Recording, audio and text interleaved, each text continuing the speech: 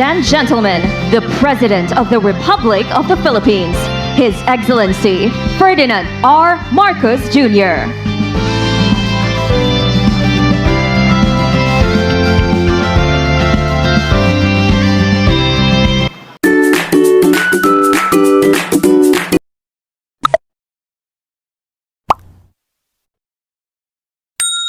Panahon na ng pagbabago, dahil sa ito ay kinakailangan tayo na magtulong-tulong na maunlarin ang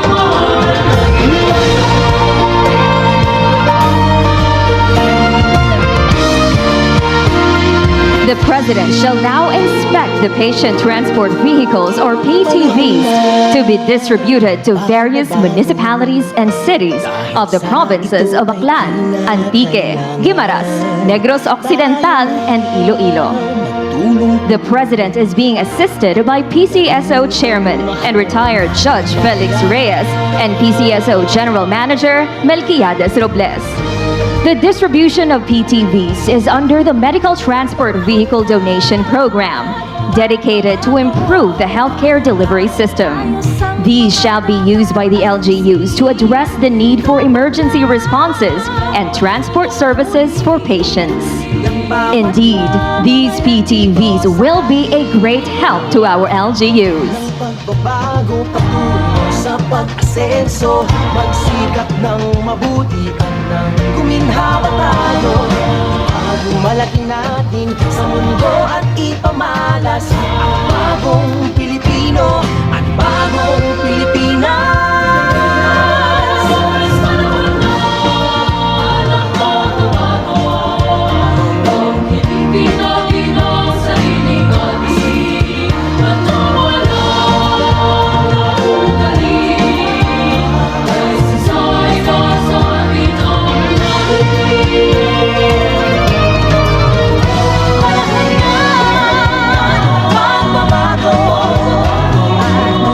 Once again, ladies and gentlemen, the President of the Republic of the Philippines, His Excellency Ferdinand R. Marcos Jr. Alay mo, ihandog natin sa bayan. Ang ulit ng napatunayan ng Pilipino, ang husay at takas, kagandahan at talento. Makipagpaligsahan kahit anong oras, bagong Pilipino, ang bagong Pilipinas.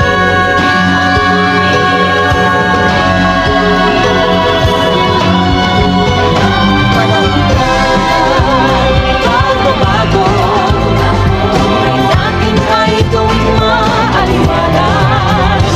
Maramihan, magandang bukas, sumunga ng bagong Pilipinas.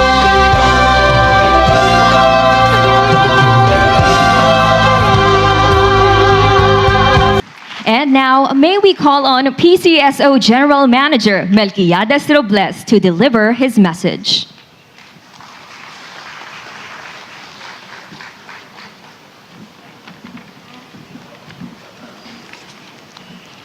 Mr. President, Secretary Conrad Estrella, Undersecretary Jeffrey Palmares, Secretary Cesar Chavez, Kong Ferge Biron, Kong Raul Tupas, Kong James Ang, the Provincial Administrator, Dr. Raul Banyas, Governor Arthur Defensor Jr., and Mayor Stephen Palmares, Mayor of Pasig City, and members of the Board of PCSO, Mr. Chairman, and all our friends in government.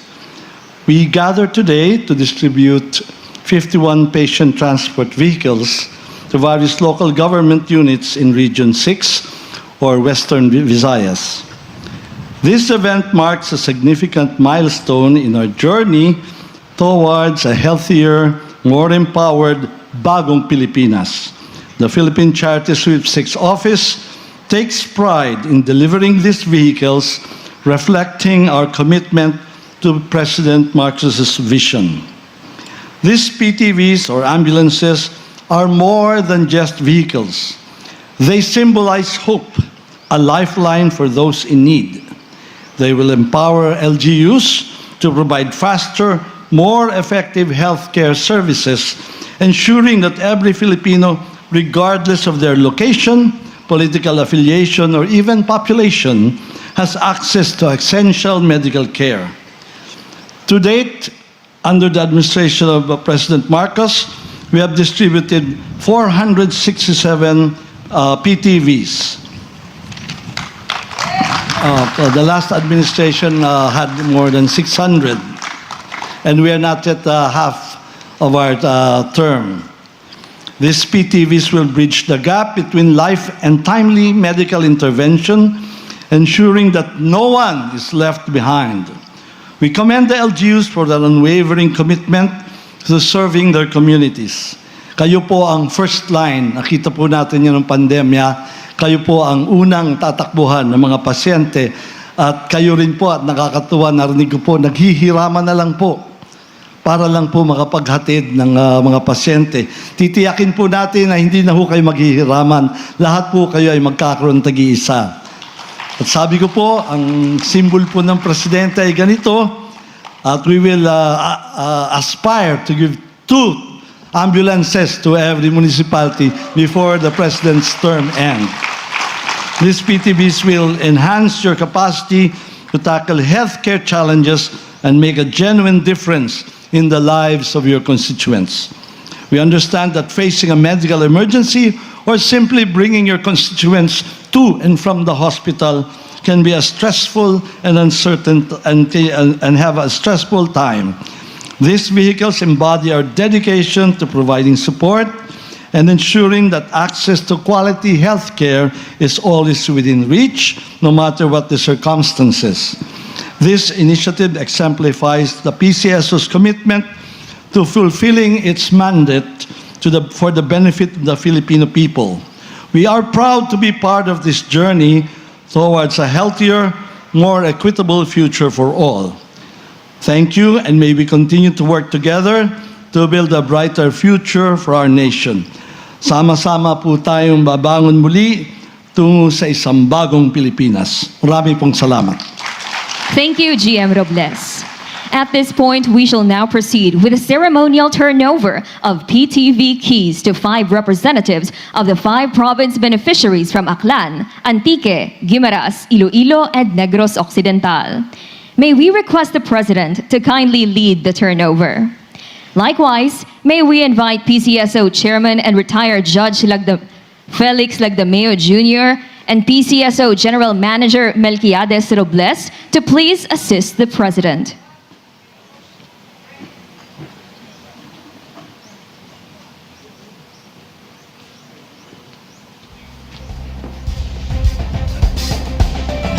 First, may we call on stage Mayor Jessica Panambo of New Washington, Aklan to receive the PTV key.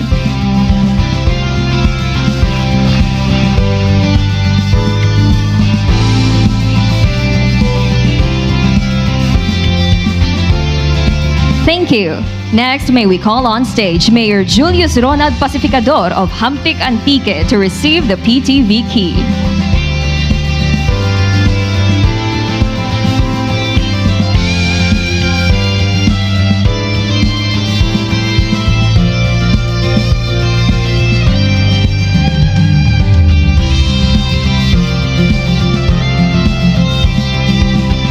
Thank you.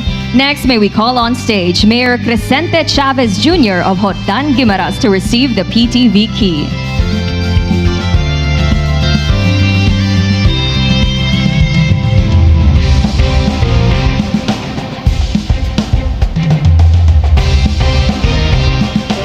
Thank you. Next, may we call on stage Mayor Oscar Richard Garin Jr. of Miagao, Iloilo to receive the PTV key.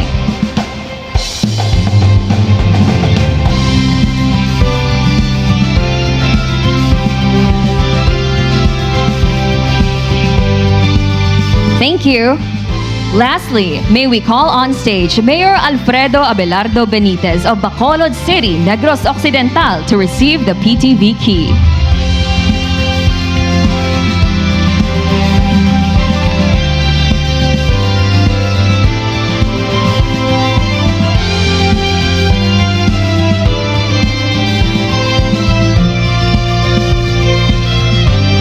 Thank you.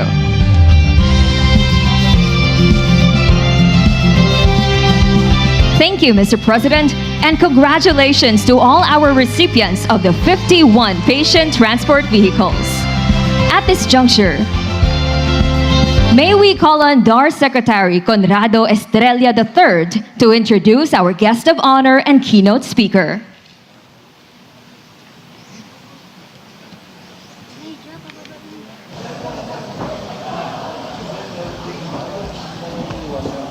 Ladies and gentlemen, the President of the Republic of the Philippines, His Excellency Ferdinand R.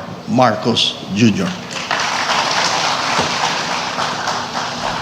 Maraming salamat, Secretary Conrad Estrella, sa ating kalihim ng Department of Agrarian Reform. Please, please. Ang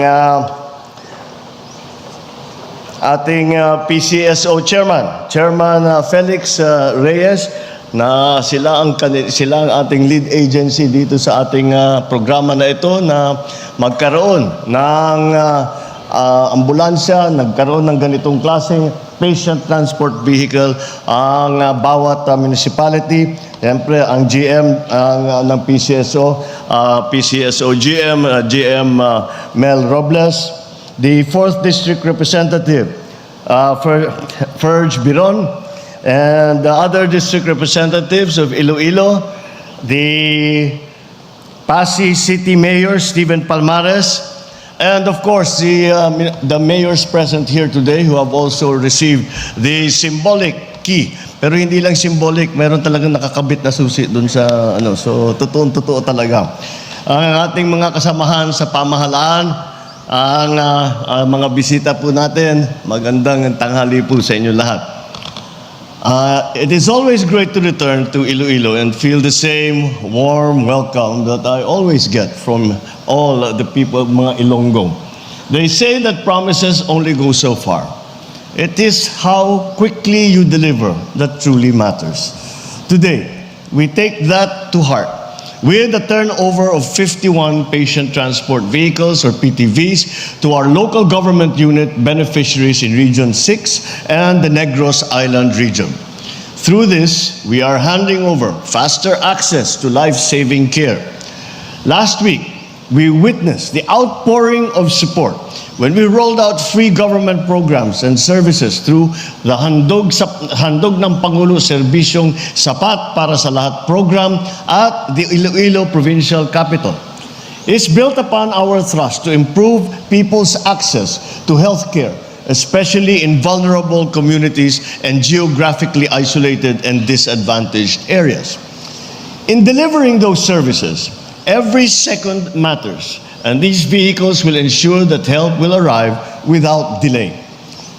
Because our work is about prompt action. Healthcare is about prompt action. Whether it is transporting patients from flooded areas during a storm, delivering medical supplies where they are needed most, these vehicles are a lifeline that bridge those vital gaps. In the middle of a typhoon and other calamities, or in other such emergencies, our experience teaches us that swift medical intervention from rescue vehicles saves lives and makes a lot of difference. These state-of-the-art and reliable PTVs will provide timely and safe transportation of patients to and from medical facilities. Each PTV is equipped with a stretcher, oxygen, blood pressure monitor, among other medical equipment. We are making sure that no Filipino is left stranded without help. This underscores the importance of the Medical Transport Vehicle Donation Program of the PCSO. Since July, as the GM has explained to us, 416 PTVs have been distributed to LGUs, beneficiaries from all regions except NCR. Dahil sila ay hindi masyadong nangangailangan, kaya't inuna namin kung saan yung wala pa talagang ambulansya, wala pa talagang vehicle na ganito. But hindi nagtatapos dyan. The Office of the President has also approved a budget of 2 billion pesos this year for the acquisition of 1,000 more PTVs to cover all cities and municipalities in the country. It is part of the bigger picture where we are upscaling our preparedness and response to calamities and disasters at both the local and at the national level. We hope one day that every town and city, let me change that. We do not hope one day. We promise one day every town and city will be equipped with fully operational PTVs and medical responders on standby. Nagmamalaki pa sa atin. Ako, yung pangako ko, tig-isa.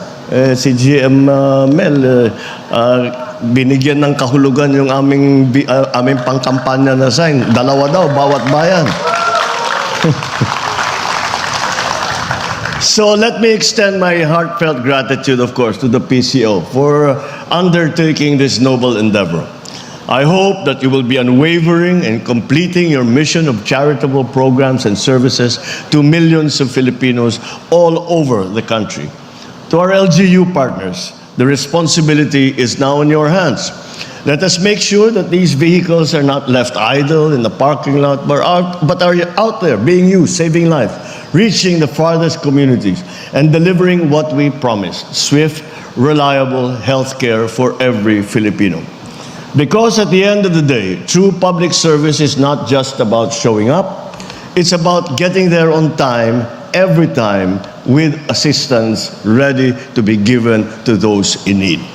As we continue to put the welfare of our fellow Filipinos at the top of our priorities, be assured that we will continue investing in healthcare, not only in the form of medical facilities and assets, but also in capacity building of our medical professionals.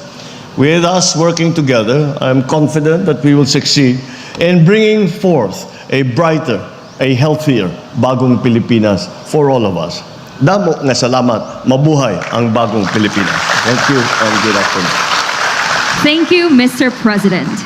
At this point, may we request the President to kindly grant us a photo opportunity. May we call on stage our PCSO board, please.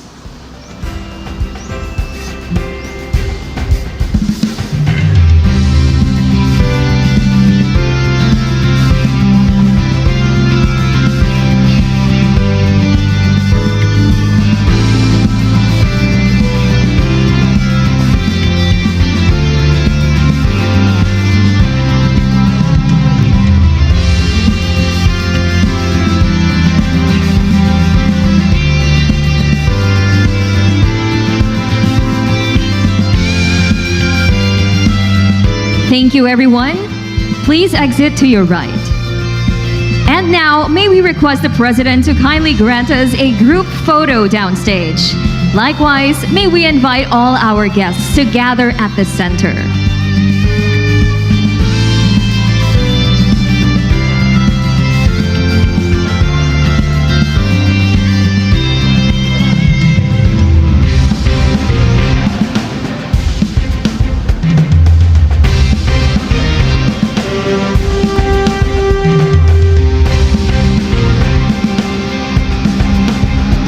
Ready, everyone? At the count of 3.